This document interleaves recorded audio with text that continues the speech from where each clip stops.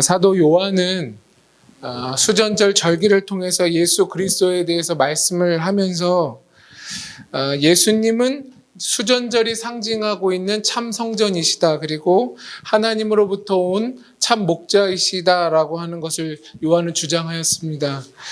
수전절은 얼마 전에 말씀드린 것처럼 이스라엘의 북동부 지역에 이제 수리아라고 하는, 지금은 이제 시리아라고 하는 그 나라가 헬라 왕이 있었는데, 거기에 이제 안티오쿠스 에피파네스라고 하는 왕이 BC 168년에 예루살렘에 침공을 하여서 유대인들이 목숨처럼 여기는 성전에 헬라의 신들, 그리스의 신상들을 거기다 이제 집어넣기 시작했어요. 그러니까 굉장히 욕되게 한 것이죠. 그리고 이제 한 4년 있다가 유대 제사장의 아들 중에 하나였던 마카비라고 하는 사람을 중심으로 유대인들이 이제 성전을 다시 이제 탈취한 사건이 수전절의 의미입니다. 그래서 성전을 다시 새롭게 했다, 깨끗게 했다, 이것이 이제 수전절입니다. 그러니까 수전절이라고 하는 건 이스라엘의 역사에 있어서 굉장히 치욕스러운 사건이었다가 그것을 이제 회복했던, 성전 중심의 이 유대인들에게 있어서는 굉장히 아주 의미 있었던 절기죠. 그러니까 이스라엘 백성의 수전절 그러면 생각했던 게 무엇이겠습니까? 하나님의 성전이었겠죠. 성전을 빼앗긴다는 게 이렇게 수치스러운 것이고 마음 아픈 것이고, 이것을 또 회복했던 것은 영광인 것 같은, 우리나라 이제 독립과 같은 그런 의미였을 것입니다. 그러니까 이스라엘 백성들이 성전에 대한 생각들이 이 수전절 때는 이제 강했겠죠. 그런데 요한은 그 수전절에 의미하고 있는 성전이 예수 그리스도라고 하는 걸 증거하시는 것입니다. 이 수전절 전에는 어떠한 절기가 등장했냐면, 우리가 잊어버렸는지 모르겠지만 초막절이 등장했습니다. 초막절이나 수전절이나 상징하고 있는 것은 다 성전이었습니다.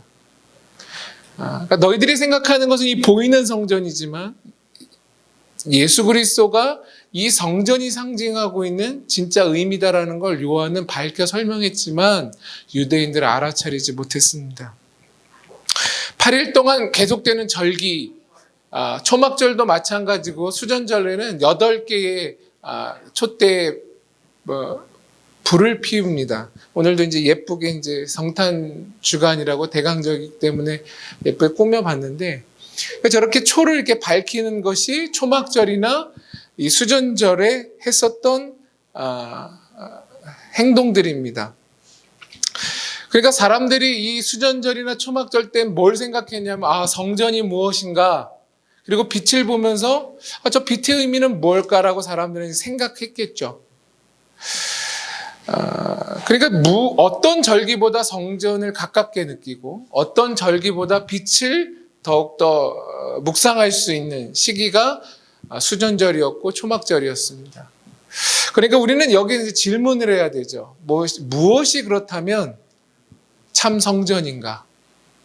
그 빛이 밝혀 우리에게 보여주고 알려주는 건 뭔가? 이것이 이제 절기에 우리에게 주시는 어떤 질문이 아닐까 싶습니다. 오늘 저희가 읽은 본문은 크게 2개로 나눌 수 있는데, 첫 번째는 22절부터 31절까지의 내용이고, 두 번째는 32절부터 마지막까지입니다. 앞부분은 예수 그리스도의 메시아 되심에 대한 이야기를 합니다. 그러니까 예수 그리스도가 구원자로서 어떤 분이신가를 앞에 얘기했다면, 32절부터 마지막까지는 예수 그리스도의 하나님 되심입니다. 그분의 이제 신성을 이야기하는 겁니다. 그러니까 예수님께서 유대인들에게 뭘 말씀하세요? 내가 인류의 구원자다. 그리고 나는 너희가 믿고 있는 성부 하나님과 동등된 신성을 가진 자다라고 하는 것을 오늘 우리가 읽은 본문으로 말씀하고 있는 거예요. 예수 그리스도는 자신이 성부 하나님으로부터 보내심을 받은 자라고 하는 것을 끊임없이 얘기하셨어요. 그뿐만 아니라 말씀을 하시는 것에 대한 어떤 일들, 그러니까 성경에 말하면 표적들을 드러내시면서까지도 자신이 성부 하나님으로부터 왔다라고 하는 걸 증거하셨어요. 그것이 오늘 본문의 내용입니다. 여러분, 그런 일들 가운데 하나가 뭐죠? 세상 가운데 있지도 않았던 소경이 눈을 뜨는 그런 기적도 예수님께서는 행하셨어요. 그것이 무엇을 의미해요? 내가 하나님으로부터 왔다, 이것을 증거하시는 내용이었어요. 그러니까 계속해서 요한복음 10장까지 저희가 보고 있지만 계속 등장하는 게 뭡니까? 우리가 요한복음을 다시 읽을 때 절기가 등장해요. 어떤 사건이 등장해요. 그리고 상황이 등장한단 말이에요. 그런 절기와 사건과 상황을 통해서 예수님께서는 끊임없이 말씀뿐만 아니라 자신이 어떤 표적을 행함으로 말미암아 자기가 누구인지를 끊임없이 보여주는 게 요한복음의 내용이에요. 그러니까 상황보다, 사건보다, 절기보다 더 크신 분, 그것이 상징하고 있는 의미, 그것을 우리는 알아차리는 것이 요한복음을 잘 읽는, 깊이 읽는 방법이겠죠. 중요한 것은 이러한 이야기를 끊임없이 예수님은 행하시지만 또 훗날의 독자들도 이러한 상황에 대한 이야기를 듣고 어떠한 표적들을 보기도 했고 듣기도 했지만 모든 사람들이 그것을 수용하지는 않았다는 것을 우리는 기억할 필요가 있어요. 24절에 보면 이렇게 이야기하죠.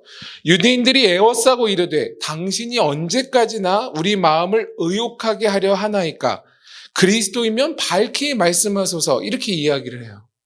예수님이 뭐라고 말씀하십니까? 25절에 예수님께서 대답하시되 내가 너희에게 말하였되 믿지 아니하는도다.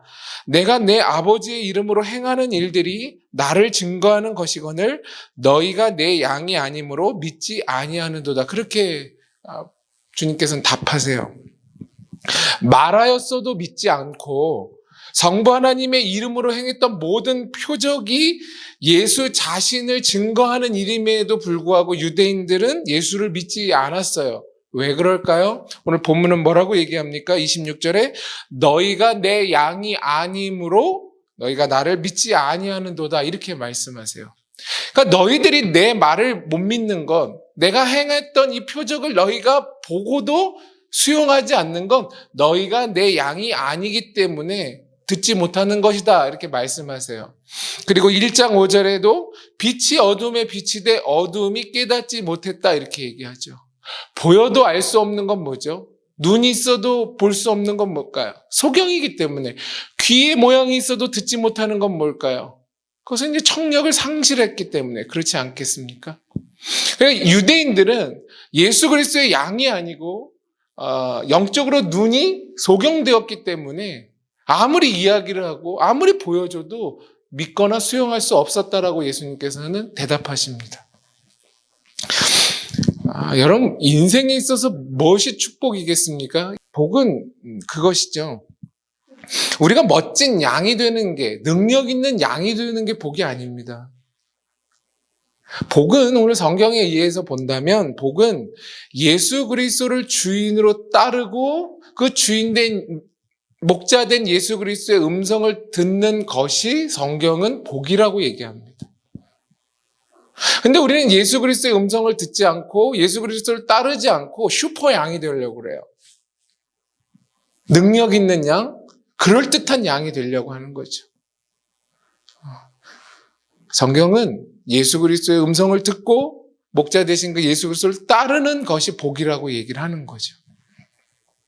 쌍꺼풀이 굉장히 진하고 눈썹이 아주 길고 아주 좌우로 눈이 이렇게 길쭉한 멋진 양이 아니라 그런 눈이 있어도 볼 줄 모른다면 그게 어떻게 복이 되겠습니까? 눈이 정말 너무너무 작아가지고 정말 도대체 너는 하나님께서 너를 창조하실 때 너의 눈은 그냥 칼집을 내셨나 보다 같은 눈이라 할지라도 잘 보고, 보통 그런 눈이 살다 보니까 시력이 좋더라고요. 여러분, 눈이 너무 작은 사람들이 보통 시력이 좋아요. 그러니까 제일 중요한 건 눈이 부리부리하고 그것보다 더 쌍꺼풀이 길고 그것보다 볼 수 있느냐 없느냐가 더 복인 거예요. 제 아무리 그럴듯하게 생기고 그럴듯한 눈을 가져도 시력이 없으면 앞을 보지 못한다면 그게 어떻게 복이 되겠습니까? 그러니까 우리가 연말, 한 해의 끝자락에 있고 인생이 계속적으로 지나가는 이때에 우리에게서 복의 개념을 바꿔야죠.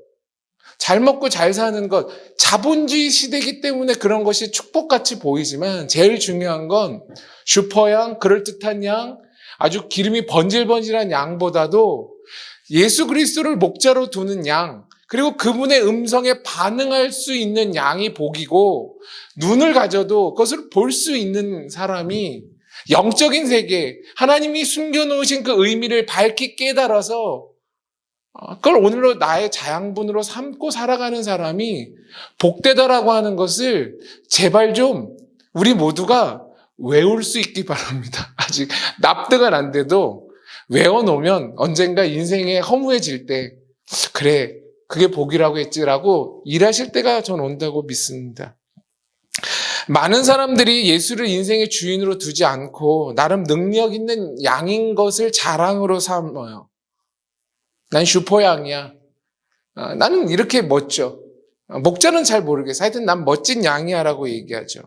그들은 초월과 믿음의 영역은 볼 줄 모르면서 자신이 그럴듯한 큰 눈을 가진 것으로 늘 오늘도 우쭐하면서 살아가는 양들이 이 세상에는 참 많다라고 하는 것이에요.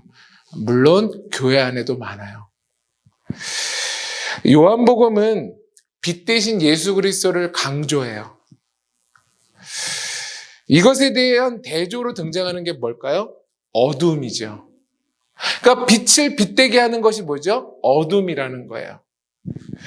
이 간극이 너무 크죠. 빛과 어둠은 간극이 너무 커요. 빛이 드리우면 그림자는 사라져요. 어둠은 사라져요. 간극은 극과 극인 것이죠. 마찬가지로 요한복음은 성부 하나님의 사랑이 누구를 통해 증거되어? 예수 그리스도를 통해 지금 증거되고 있다고요. 그러니까 너무너무 크신 하나님의 사랑이 이해할 수 없는 방법, 예수 그리스도가 십자가를 지시기 위해 이 땅에 가장 천한 분으로 왔다라고 하는 이 말도 되지 않는 것으로 담겨서 인류에게 증거돼요. 이거에 대한 여러분 대조로 무엇이 등장할까? 성경은 무지라는 게 등장해요. 인간의 무지함이 등장한다고요. 그러니까 빛이 빛되기 위해서 어둠이 등장하는 것처럼 하나님의 크신 사랑, 예수 그리스도가 등장되기 위해서 성경이 대조하고 있는 건 뭘까요? 인간의 무지함이라는 거예요. 그래서 어둠에서 빛으로 가고 인간의 무지함으로부터 하나님 아버지의 사랑으로 가는 길이 바로 성경은 뭐라고 얘기하냐면 믿음이라고 얘기하는 거예요. 그러니까 어떻게 어둠이 빛의 자리로 갈 수 있고 어떻게 인간의 그 무지함이, 전적인 무지함이 하나님의 사랑의 자리로 갈 수 있을까라고 했을 때 그 방법은 믿음이라고 얘기를 해요. 근데 그 믿음은 끊임없이 너희에게서 난 것이 아니다. 그러니까 니들이 만들어낼 수 있는 것이 아니다. 우리가 만들어낼 수 없는 것이기에 그건 자랑할 수 없고 그걸 뭐라고 얘기하죠? 은혜다라고 얘기를 해요. 내가 만들어낼 수 없었기에 은혜를 하죠. 그러니까 자랑할 수 없고 뭐밖에 못해요? 감사할 수밖에 없죠. 비교할 수 없는 것이죠. 내가 만들어내지 않았기 때문에. 하나님의 예정 안에 있는 자만이 주시는 선물이자 은혜가 믿음이에요. 예정 그러면 굉장히 어렵죠. 제가 왜 그렇게 했나 이렇게 곰곰이 생각해 보면 장로교를 배경으로 하는 사람들이 보통 이제 예정에 대한 이야기를 하는데 우린 예정을 보통 이렇게 사전처럼 배워요. 신학교 가서. 그러니까 예정 그러면 뭐 어쩌고저쩌고 이렇게 사전식으로. 근데 예정은 그렇게 해서 이해될 수 있는 게 아니에요. 동백꽃 필 무렵인가요? 거기서 얘기하는 게 뭐예요? 제가 아직 보질 못했는데 지나가다 이제 주옥 같은 대사가 이렇게 스쳐 들릴 때가 있어요. 동생이 보기 때문에. 그러면 보고 싶다. 참 대사를 잘 쓰네. 라고 하는 거죠. 드라마나 소설은 이야기하는 게 굉장히 많아요. 그래서 사실 뭐라고 우리 희진자매가 열심히 드라마를 보지만 그 드라마의 주제가 뭐냐면 이렇게 한마디로 말하기가 굉장히 어려워요. 그죠? 큰 주제가 있지만 여러 가르침들이 막 있거든요. 여러분, 우리에게 있어서 예정도 그래요. 예정을 한마디로 얘기해 보세요. 인생을 한마디로 얘기해 보세요. 너무 어렵지 않아요? 인생은 수많은 것들이 켜켜이 쌓여서 인생이라는 걸 만들어내는 것처럼 예정이라고 하는 성경의 교리는 사실상은 수많은 내용들이 결합되어 등장하는 하나의 이렇게 모체 같은 거예요. 근데 이런 걸 우리가 어떻게 배우냐면 보통 신학교 때 나이가 어리고 다만 외울 수 있는 것밖에 없는 때에 사전식으로 배워요. 사전식으로. 그러니까 예정은 이런 거다. 예정은 이런 거다. 뭐 이렇게 들어보면 자꾸 운명론 같은 거잖아요. 팔자 아니냐라고 하는데 우리는 그걸 왜 그러냐면 인생을 살아보거나 성경을 진지하게 봐서 얻은 결론이 아니라 자꾸 이렇게 줄줄줄 이렇게 읊는 거예요. 우리가 다 그래요. 그러니까 예정을 잘 몰라요. 끊임없이 벌어진 간극을 메꾸는 게 뭐라고 그랬죠? 믿음이라고 그랬잖아요. 빛과 어둠을 메꾸는 게 믿음이에요. 인간의 무지함과 하나님의 사랑을 메꾸는 게 뭐라고요? 믿음인 거죠. 그러니까 이런 간극을 메꾸는 것은 하나님이 메꾸게 하세요. 그러나 이 간극이 끊임없이 평행선처럼, 아니 평행선보다 더한 벌어짐이 계속 생기는 걸 뭐라고 할까요? 성경은 심판이라고 얘기하죠. 그러니까 하나님과의 평행선을 넘어 하나님과 이 간극이 벌어지는 것을 심판이라고 얘기를 해요. 하지만 처음에 말씀드렸던 것 빛과 어두움을 합치고 그리고 인간의 무지 하나님의 사랑을 하나로 만드는 건 뭘까요? 그건 믿음이고 그걸 구원이라고 말해요. 그걸 누가 한다? 인간이 하지 못한다, 적어도. 그렇기 때문에 그걸 예정이라고 말해요. 심판이 뭘까요, 성경에서? 죄인된 자가 스스로 분리를 자초하는 게 심판이에요. 그러니까 하나님의 사랑을 허락하여도 끊임없이 자기를 부정하고 그 사랑에 반응하지 않는 인간의 태도가 곧 심판이라고요. 예정론적 관점에서는 그래요. 무지한 인간의 제한됨이 하나님의 초월과 신성을 담아내기라고 하는 것은 불가능하고 그것은 역부족이라는 걸 알아야 돼요. 오늘 본문에 유대인들이 믿을 수 없었던 것은 인간인 예수 안에 자신들 앞에 등장한 인간이라고 하는 예수 안에 담겨져 있는 초월과 신성을 그들은 적어도 볼 수 없었다는 거예요. 다수는 보지 못했는데 소수는 봤어요. 그 왜 그럴까요? 그것이 예정이에요. 육신의 한계성에 담기는 오늘도 이제 저희가 공부할 건데 육신의 한계성이라고 이 육체 한계를 갖고 있잖아요. 저희가 시간과 질병과 여러 가지 우리 한계를 갖고 있잖아요. 이 한계성에 담기는 하나님의 신성, 이 완전성이라고 하는 건 기독교밖에 없는 거죠. 이것을 이렇게 이해해 나가는 것. 그러니까 우리라고 하는 인간의 한계 안에 담겨지는 하나님의 신성과 하나님의 초월. 이것을 좀 더 이해해 나가는 걸 가리켜 뭐라고 그래? 구원되고 있다 이렇게 얘기를 해요.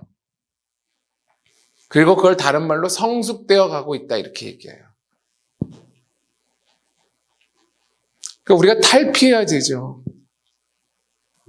그 누구도 우리 인간의 이 한계성 안에 담기는 하나님의 그 신성과 초월과 아름다움과 그 놀라움을 이야기하는 목회자를 본 적이 없어요. 그게 구원되고 있다라고 하는. 그러니까 우리 모두가 그저 아주 예전에 예수 그리스도를 영접했는가 아니면 무슨 놀라운 사건 하나로 교회 안 다녔다 교회 나오는가 그것 하나 갖고 오늘도 교회에서 그냥 이렇게 충실히 사는 거예요. 죽을 때까지 얌전하게. 구원되고 있다는 건 뭘까? 성숙되고 있다는 건 뭘까라고 하는 그 질문이 우리한테 너무너무 어려운 거예요. 그런 화두 하나를 아마 그 교인 중에 한 사람에게 던진다면 대답할 수 있는 사람 몇 명이나 될까 싶어요. 그렇다고 우리가 괜찮지 않습니다. 예수님은 요한복음을 통해 끊임없이 이렇게 말씀하시는 겁니다. 오늘 본문을 제가 요약해서 읽어드릴게요. 나는 성부 하나님께로부터 왔고 내가 하는 말들이 다 하나님의 말씀이고 하나님께서는 나와 함께 하셔서 나를 통해서 일하신다. 그런 의미에서 나는 하나님의 아들이다. 그런데 너희들이 이 모든 표적을 보고도 믿지 않는 것은 너희가 내 양떼가 아니기 때문이다. 이 땅에 메시아 내가 와서 종말에 모으는 구원 공동체 구성원들이 아니기 때문에 너희들은 보고도 깨닫지 못하고 듣고도 믿지 못하는 것이다. 반면 내 양떼들은 내 목소리를 청종하고 나도 그들을 알고 그들도 나를 따르고 있다.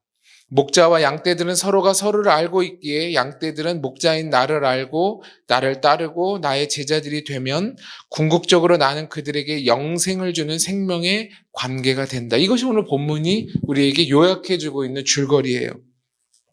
이처럼 예수님은 예정론적인 구원의 차원에서 복음을 설명하세요.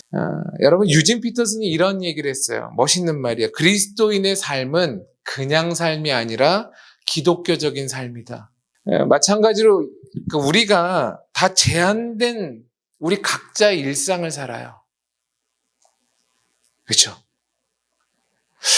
근데 여기에 하나님의 초월과 신성이 담겨져 있다라고 하는 그 말씀을 들을 수 있으면 우린 예정론적인 삶을 사는 거예요. 이 말 너무 어렵고 멋있다. 다시 한번. 우리가 다 제한된 일상을 살아요, 각자가. 근데 여기에 우리가 하나님의 초월과 신성을 담아 하나님의 말씀을 들을 수 있다면 오늘 어렵지만 예정론적인 삶을 사는 거예요. 제가 기독교 TV를 보면서 그걸 알았어요. 우리 신앙이 무대 위의 신앙이라는 걸. 목회자가 이곳에 올라와서 말씀을 전할 때만 진심을 다해요. 가수처럼. 연기자처럼. 20살, 10대는 그런 집회에서 열성을 다 부어요.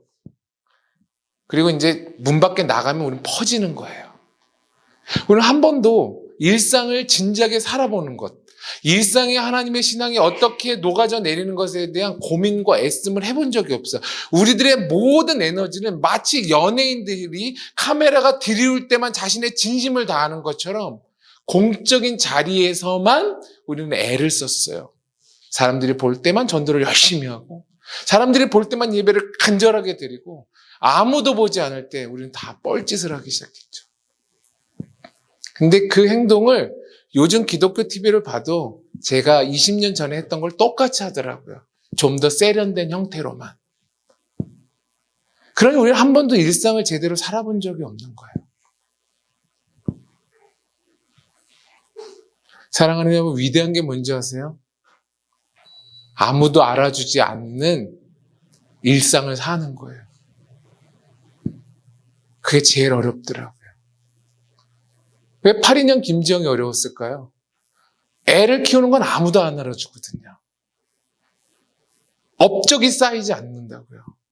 밖에서 나가서 일하면 돈이라는 액수도 보이고 사람들이 나를 커리어 우먼이라고 보는 시선도 생기는데 집에서 내가 난리부르스 치면서 육아 살림을 하는 건 그 누구도 알아주지 않거든요. 하나님도 알아주지 않는 것 같거든요. 근데 그게 제일 위대한 거예요. 그걸 뭐라고 말한다고? 그걸 십자가라고 얘기한다.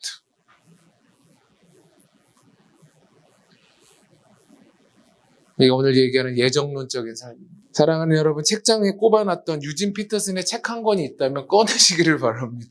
그걸 가장 잘 설명해주는 목회자가 있다면 아마 유진 피터슨 목사님일 거예요. 이건 있잖아. 우리 성경 공부했으니까. 사랑하는 친구에게부터 한번 읽어보세요. 이해가 될 때까지 읽어보시고요. 이해가 되도록 기도하시면서 읽어보세요. 대부분은 여러분 이해가 안 될 겁니다. 되게 쉬운 책인데 사실 되게 이해가 안 돼요. 왜 그런 줄 아세요? 우리가 이렇게 안 살아봐서 그래요. 이런 생각을 별로 해보지 않아서 그래요. 사랑하는 여러분, 이제 12월 한 달 남았습니다.